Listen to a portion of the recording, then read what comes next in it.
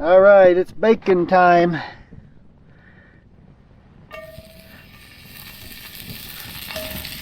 Been a long morning doing all kind of stuff. Making some videos.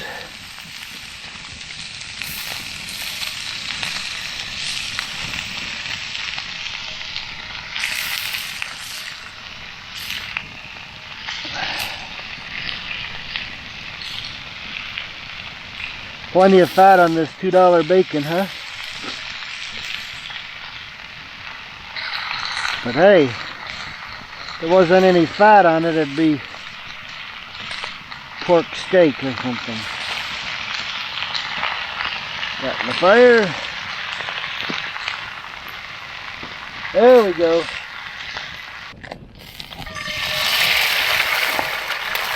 I believe the pan's hot.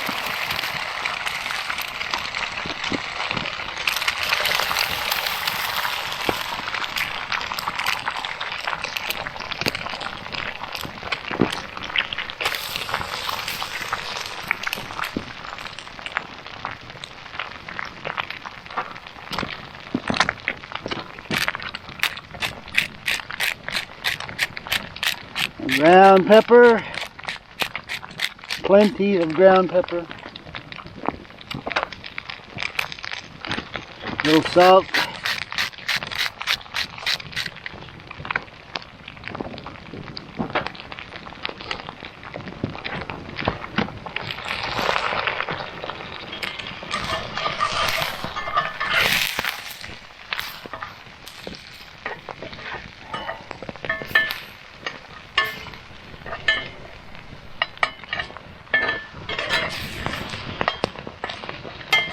mess the eggs up pretty good if possible. That's called scrambling them, messing them up. That's the deal. Now some pepper jack cheese. I had to eat a little piece. You know me, I can't wait. Got a pie tin from Thanksgiving Day pie. That'll be my lid to melt the cheese. Alright, let's check this out.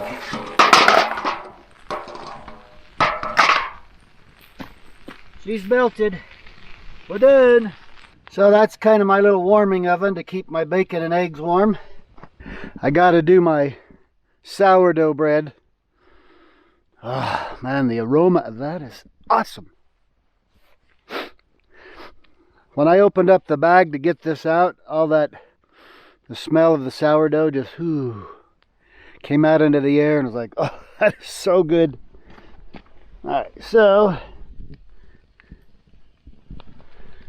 put those on the grill there to cook up. Toast them on both sides and it'll be dinner time, lunchtime, breakfast time, sometime.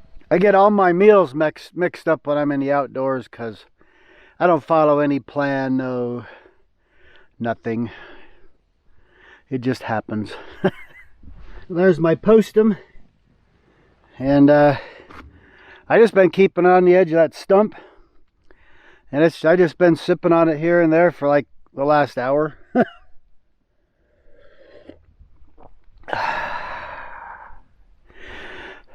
But I made this stuff black. In other words, strong. I put extra postum in. And this is a 24 ounce cup actually. I had about 20 ounces in here.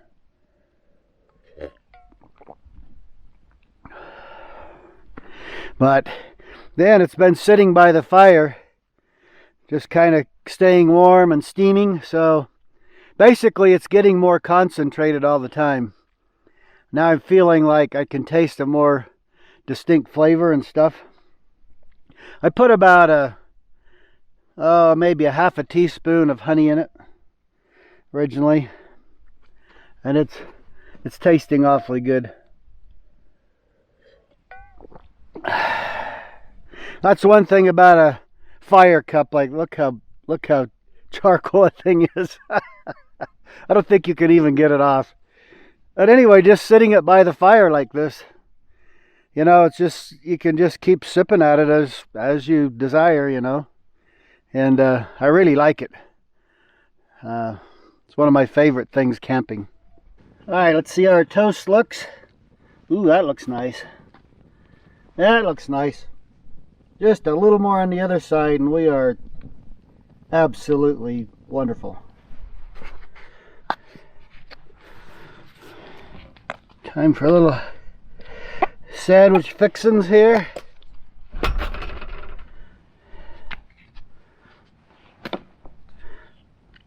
A little bit of mustard. I think I need to get me like a spatula or something. Never mind my charcoal fingers. Of course, I'm the one eating it, so why worry, right? Oh, look at that. That's what I needed to have the other week was some, well, I think I did have cheese when we went Christmas tree hunting. Have to cut that one off and eat it separate with my fingers. With my fingers. Alright, now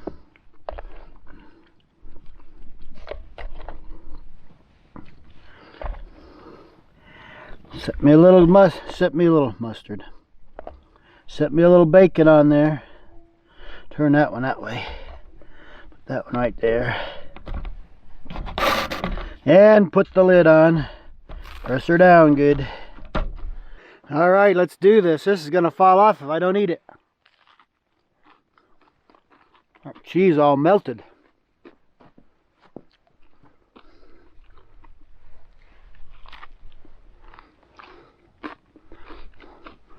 I don't know if you've noticed a pattern with me, but you've probably seen me eating this kind of meal for the last few times I've been out. But, you know, for a while it was pancakes. Well, actually, a while ago it was granola cereal, hot granola cereal, 9 grain. Then I think it was pancakes. Then it was French toast. There was various kind of eggs. Then biscuits. And now sourdough bread with all this on it.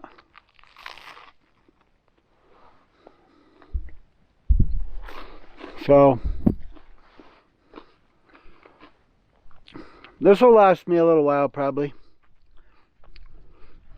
This is my breakfast meal. Even though it's about noon. I've been busy, man. Alright. I'll finish down on this thing and then we'll get on to the next project here. Show you my sleeping setup. Well, another fresh cup of postum.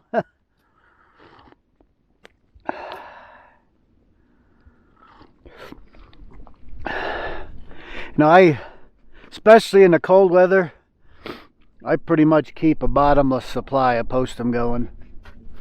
And actually that's why in the fire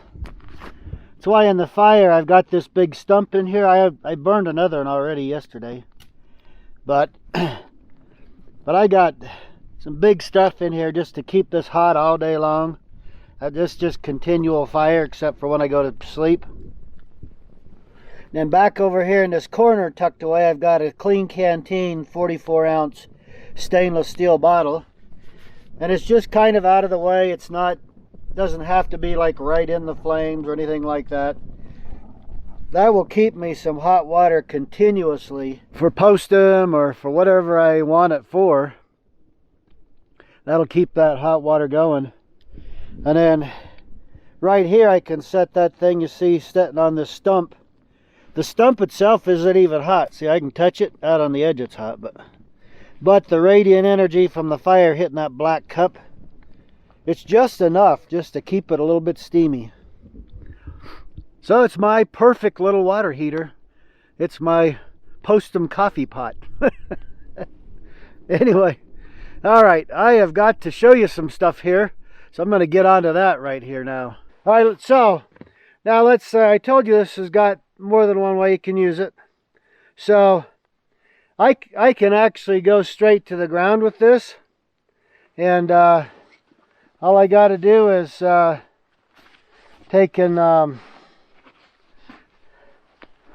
this underquilt in here.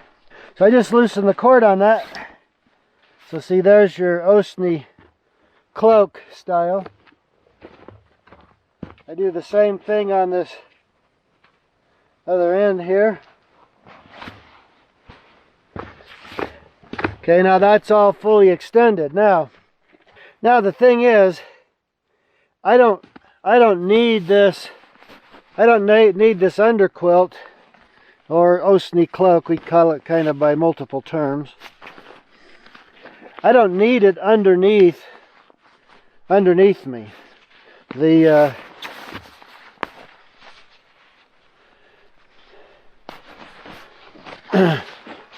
the beast is plenty good underneath now. Don't really need anything else. Now I can put the beast right on the ground, which I often do.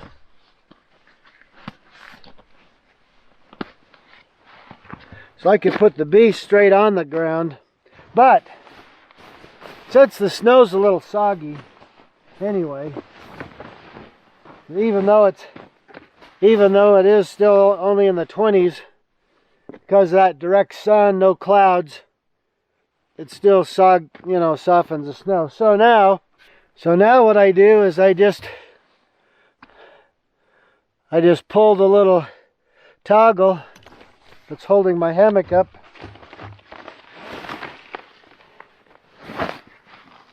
I can just let this thing to the ground. Now this poncho is fitted with a set of Dyneema cords that have an eye in both ends, and they actually just store inside the sleeves on each end of the poncho. So all I've got to do is I just snap. There's this little set of snaps in here, small set of snaps on the inside, and when I draw it out, it just sucks that cord right inside of there. And now it's always stored there. So if you select that option on your poncho, you'll always have your cords to hang your poncho up. You'll always have them with you. So now look, just a moment here, I will have converted this from hanging in the air in a hammock to laying on the ground here. Alright, so there's that right there. If I want, I can turn this and kind of reorient it a little bit. Like that. So now what I did is I took the underquilt, unsnapped it off one side and flipped it up over. So now the underquilt is now a blanket on the top. Okay. And since the underquilt has snaps on both sides, I could actually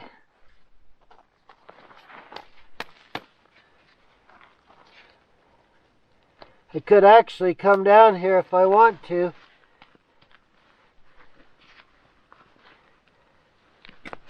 And I can snap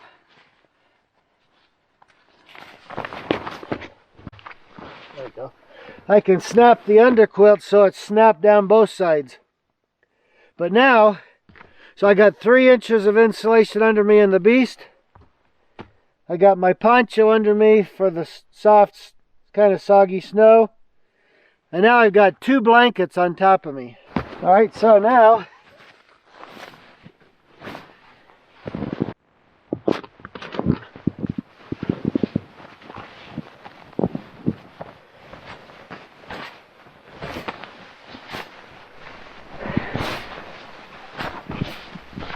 Okay, so now I just get in here.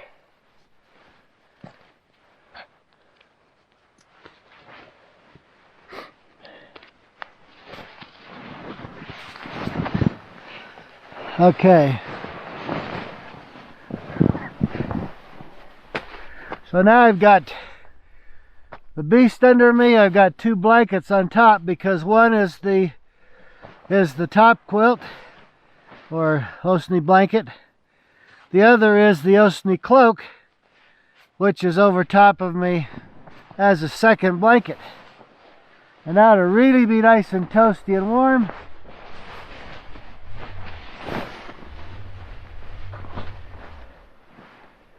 I do just like I did with the hammock. I get all the way inside, and now I can just go to sleep in absolute total comfort and really enjoy a good night's sleep. So that's that. Now obviously I could have re-snapped it and put the camo side out because it's double-sided snaps, but I just showing you it was hung up as a hammock. I literally just dropped the hammock to the ground, and all I did is flip the under quilt over top. I'm good to go. Got two sets of blankets on top. I mean, I could be very comfortable clear down below zero. No problem at all. A little chilly out here still. Alright, so I want to show you another thing I can do with this very same setup. And I'm gonna use it exactly like it is right here, and I'm gonna put it somewhere else. Nobody ever accused me of being a dancer.